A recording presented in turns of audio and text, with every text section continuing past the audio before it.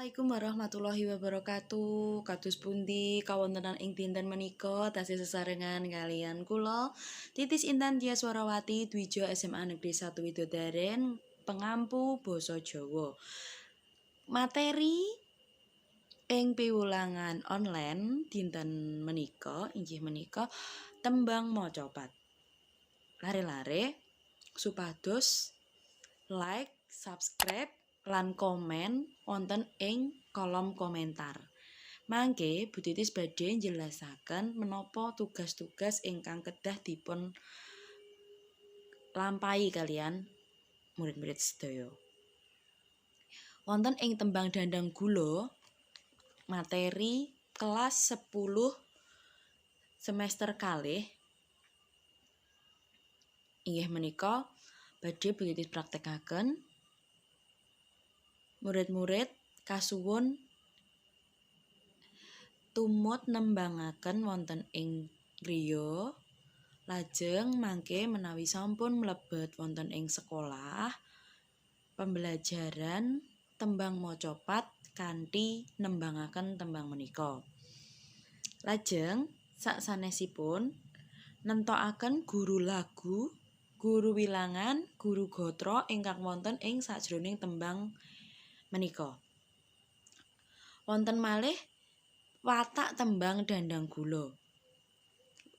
Ingkang kaping pungkasan inggih menika murid-murid kasuwun ndamel tembang macapat kanthi tema COVID-19 utawa virus corona ing sajroning kolom komentar. Mangke karya terbaik utawa karya ingkang paling sae badhe Bu Titis tembangaken wonten ing channel YouTube menika. Caranipun nulis wonten ing kolom komentar inggih menika tulis nama, kelas, nomor absen, lajeng tugas-tugas ingkang dipun serat inggih menika kala wau guru lagu, guru wilangan, guru gatra, watak tembang Dandang Gula, lajeng damel syair utawa damel tembang macapat bebas wiwit saking Mas Kumambang ngantos dumugi Pucung. Langsung kemawon Bu Titis tembangaken tembang Dandang Gula Corona. Duh Gusti Kang Maha Welas Asih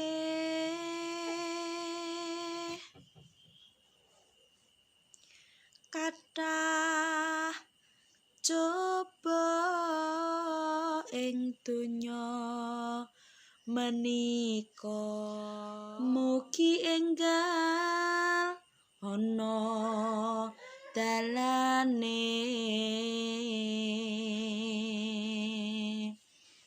rahayu kang kinaya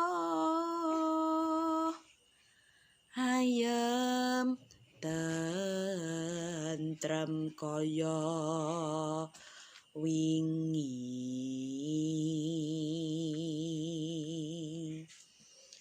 bebas virus corona panjang yuswa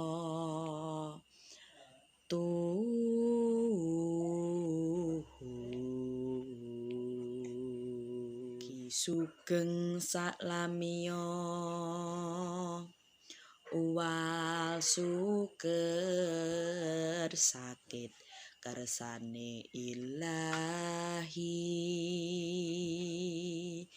enggal ana pepadang.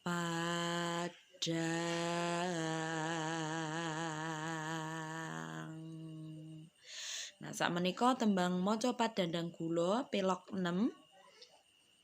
Murid-murid kasuwun madosi guru lagu ing sajroning tembang Dandang Gula. Kala wau guru wilangan lan guru gatra. Sugeng nglampahi jejibahan. Dadah. Dadah. Dadah.